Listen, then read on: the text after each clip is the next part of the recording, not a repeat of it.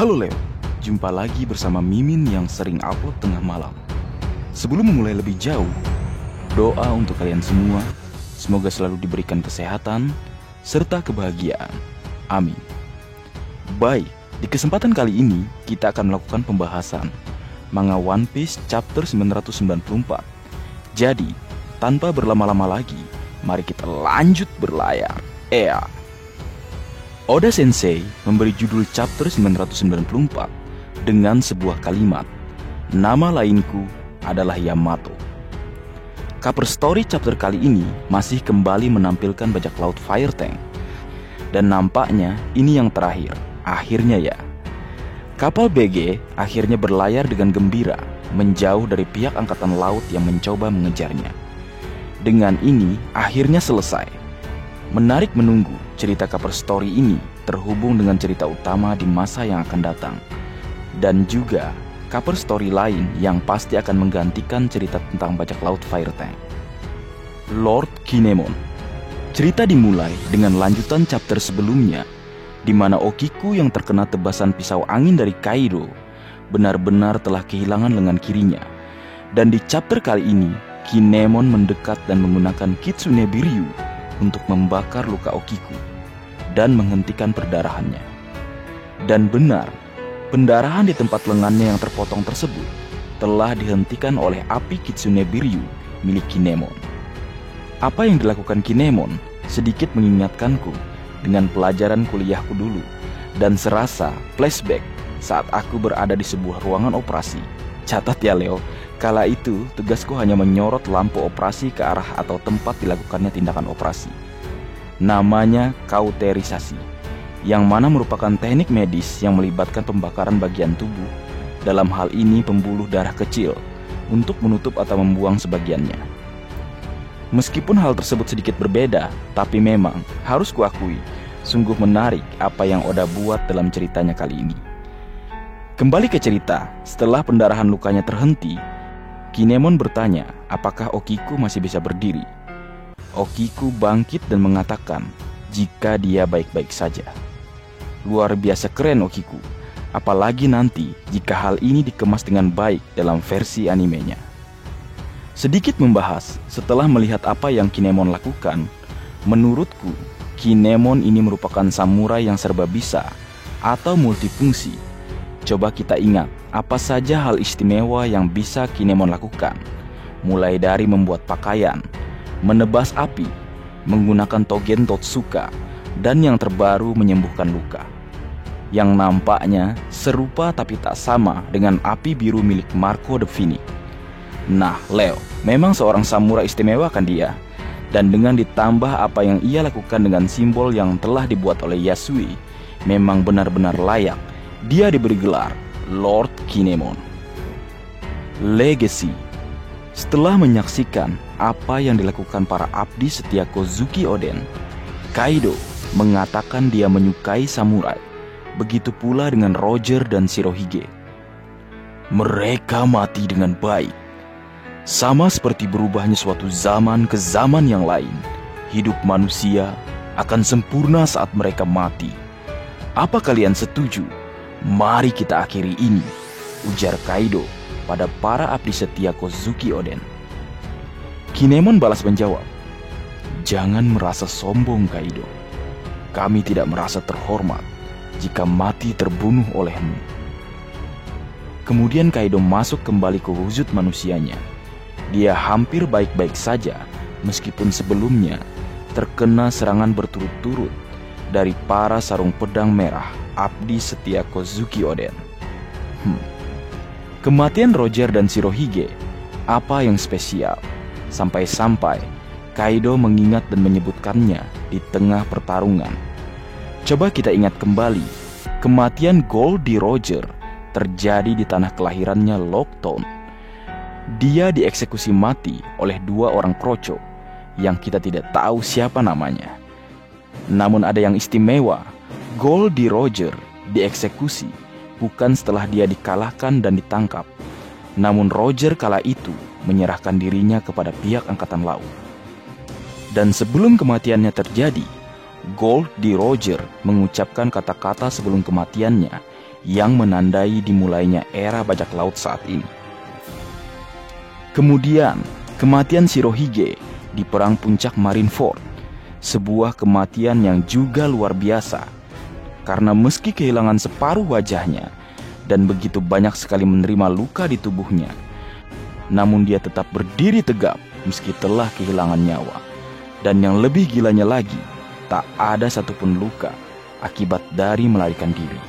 Dan semakin sempurna kata-kata pamungkas dari Shirohige yang mengatakan One Piece memang benar adanya. Leo, baik Roger dan Shirohige, kematian keduanya sama-sama menciptakan legacy atau peninggalan yang akan diingat semua orang. Meski telah tiada, keduanya meninggalkan tinta emas sejarah kehidupannya. Hal tersebutlah yang juga dicari oleh Kaido. Sebuah kematian yang akan dikenang selamanya. Yang sama juga terjadi pada seseorang yang spesial yang nampaknya Kaido sebutkan dengan samurai. Dialah Kozuki Oden, yang kematiannya akan selalu dikenang karena meski dia telah mati dan dilupakan, jiwa atau semangatnya tetap hidup bersama para abdi setianya dan juga generasi selanjutnya. Itulah dia, the power of legacy. Smile. Berpindah ke tempat lain, Luffy, Jinbe, dan Sanji bergerak maju menerjang sambil menghantam dan mengalahkan para musuh yang ada di depan mereka. Dan dalam perjalanan mereka menuju ke atas atap Gunung Tengkorak Onigashima, mereka bertiga kembali dihadang dan menghadapi dua headliner yang aneh. Headliner yang pertama adalah Hamlet, seorang pria, tapi seluruh tubuhnya adalah kepala dari seekor jerapah. Dan headliner kedua adalah Fortrick, yang paling aneh. Coba kalian bayangkan seorang pria dengan tubuh ayam, tapi wajahnya berada di lubang pantat ayam tersebut. Akaya, kajimut burit ayam. Sudah, cukup bercandanya. Kembali ke cerita, Jinbe dan Sanji menghadapi dan mengalahkan dua headliner aneh tersebut dengan mudah. Dua headliner aneh tersebut memang bukan level mereka berdua sih. Lawan dari dua kru calon raja bajak laut selanjutnya, menurut pendapatku, setidaknya levelnya paling rendah adalah Tobiropo atau Flying Sick bajak laut buas Kaido, atau mungkin saja All Star. Dan sedikit membahas tentang tampilan dua headliner yang Jinbe dan Sanji kalahkan, kembali semakin menegaskan jika Smile memanglah buah iblis tipe Zoan KW atau palsu. Memang beda dengan yang aslinya, yang ganas, yang keren, dan juga mirip dengan binatang aslinya. Sedangkan Smile wujudnya sangat aneh dan tidak lazim. Bayangkan saja, ada singa tumbuh di daerah sensitif. Kemudian kuda Nil yang penggunanya ada di dalam mulutnya, dan masih banyak yang lainnya. Itulah dia Smile, buah iblis tipe Zoan KW atau palsu. Penawar. Berpindah ke tempat lain di lantai panggung pesta, banyak orang yang telah tertular oleh peluru dari Queen. Salah satunya adalah Omasa, bos Yakuza yang bertanggung jawab atas wilayah Udon. Chopper mengatakan tidak mungkin baginya untuk membuat obat penawar dan menyuntikkannya ke semua iblis. Namun berbeda dengan saat di tambang penjara Udon, di tempat ini ada orang yang menciptakan virus ini. Pembuat virus ini selalu menyiapkan vaksin dan selalu membawanya saat menggunakan virus. Dan selama mereka bisa mendapatkan itu, Chopper dapat memperbanyak obat tersebut. Queen berkata bahwa setiap orang yang berubah menjadi iblis es akan mati dalam 1 jam. Iblis es menyerang tanpa pandang bulu, bahkan bawahan Kaido dan samurai Orochi pun diserang. Seperti yang sudah kukatakan sebelumnya, serangan Queen dengan peluru ciptaannya sudah seperti wabah penyakit yang menyerang tanpa pandang bulu. Dia bahkan rela mengorbankan para bawahannya. Contohnya para Flesur yang ia anggap tidak berguna karena hanya bisa tertawa saja. Akan lebih berguna jika terinfeksi dan berubah menjadi iblis es. Kemudian para samurai dan ninja mantan bawahan sang shogun terjelek di muka bumi pun nampaknya sudah siap ia korbankan. Queen mengumumkan bahwa dia akan memulai permainan dan melemparkan satu-satunya botol penawar wabah. kepada Scratchmin Apu. Queen memberitahukan kepada Apu bahwa dia harus melindungi vaksin tersebut dan kabur menyelamatkan diri selama 1 jam. Karena setelah saat itu tiba, mereka semua yang terinfeksi wabah iblis es akan mati dengan sendirinya. "Saling berebutlah dan saling membunuhlah," ujar Queen sambil tertawa. Semua orang di ruangan itu mengejar Apu. Apu pun sampai kesal dengan yang Queen lakukan padanya, yaitu melibatkan dirinya ke dalam game yang Queen buat. Dia menyebut Queen gila, dan ini sungguh keterlaluan. Di belakang Apu yang berlari, ada Roronoa Zoro yang sebelumnya Chover minta untuk merebut vaksin yang ada bersama Apu. Zoro terlihat berlari bersama yang lainnya mengejar Scratchmin Apu. Wah, Zoro masih belum terlibat ke pertarungan yang serius ya. Tapi kemungkinan dirinya duel melawan Apu akan bisa terjadi di chapter-chapter selanjutnya untuk memperebutkan satu-satunya vaksin wabah iblis es yang ada di tempat tersebut. Nama lainku. Berpindah lagi ke tempat lain, ke tempat di mana Yamato, Momonosuke, dan Sasaki berada. Shinobu berkata pada Yamato, "Aku tidak tahu siapa kau, tapi jika kau benar berpihak pada kami, tolong selamatkan Tuan Momonosuke," ujarnya. Mendengar itu, Yamato berkata, "Aku akan menyelamatkanmu juga, Shinobu," ujarnya. Dan kemudian kita melihat flashback Yamato muda yang mengenakan topeng di tengah kerumunan saat eksekusi Kozuki Oden.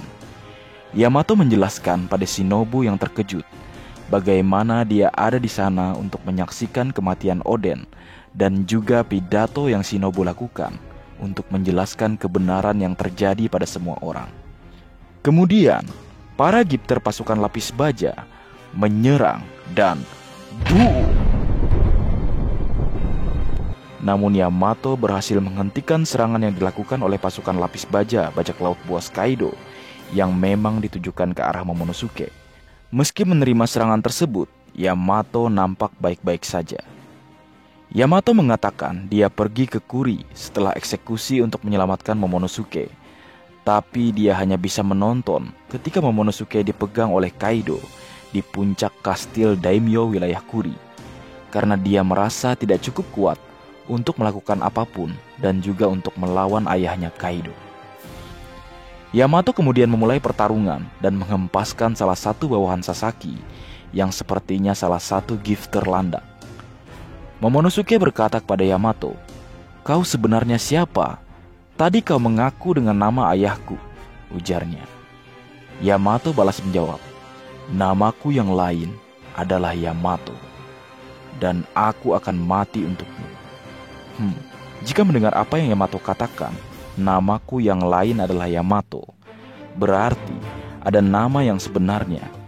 Pertanyaannya, siapa nama sebenarnya yang dia maksud? Apakah ada nama lain selain Yamato? Atau seperti sebelumnya saat awal kemunculannya, dia menganggap nama sebenarnya adalah Kozuki Oden. Sungguh menarik. Oda Sensei memang selalu bisa membuat kita menjadi penasaran. Sugoi. Nah Leo, sebagai penutup, pantun untuk kalian semua. Jalan-jalan ke wilayah Kuri, melihat kastil yang hancur lebur. Mungkin sekian review kali ini. Minggu depan Oda libur. Sekian.